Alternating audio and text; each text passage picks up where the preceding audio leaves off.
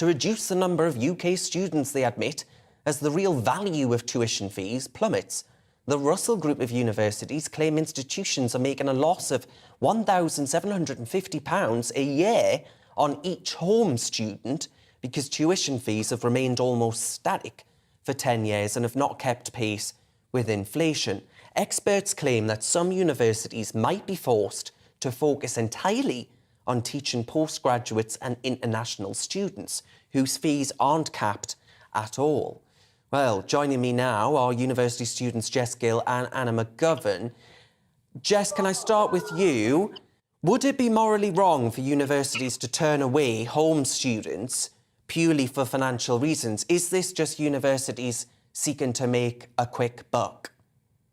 Well, Darren, I think we have to address how we've got into this situation and why a lot of students aren't paying back their loans. And it's because of the fast tracking into education, into university, when there's so many other options.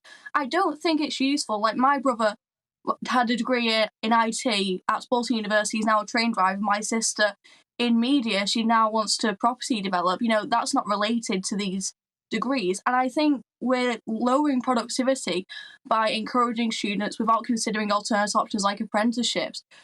We're encouraging them to go into universities without thinking. And I think university is valuable for doctors, for lawyers, but I think students need to consider it. And I don't like the culture that you have to be 18 and go to university. I think you need to consider it, and I think you need to have more financial responsibility with that. Yeah. Anna, do you agree with what Jess has just said there? Because in my opinion, right, if we get rid of more of these Mickey Mouse degrees, as they're called, the sort of finger painting for diversity or whatever university course they're going to come up with next, do you not think that's the solution, instead of focusing on turning away British students, for example? Yes, I agree with many of the points that Jess brings up. I think that too many young people, when they finish education, are now actually going to university, when not actually considering the other options that are available to them, because there are many other fantastic schemes that are available. Because the value of a university degree has actually declined. Now anyone can basically finish education and then go straight to university. You don't even need to have good grades nowadays.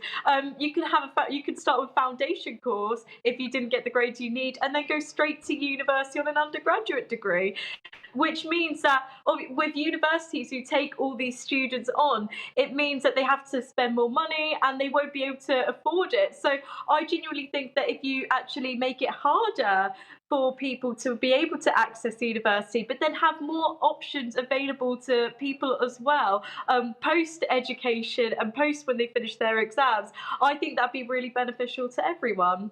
Yeah, Jess, do you think actually the government, in order to actually advocate people move away from degrees, how can they actually go about that when it seems to me these days you need an undergraduate degree and a postgraduate degree just to be even seen by your CV, right? Is that not the fear?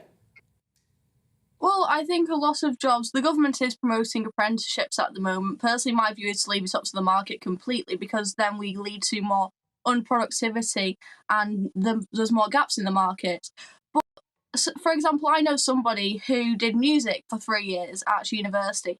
Now they're working as a manager in a supermarket, which is a good job, but it doesn't need that degree, and we're getting rid of 3 years of someone's work life for them to basically indulge in this culture, which a lot of students do, of hookup culture, of drug use.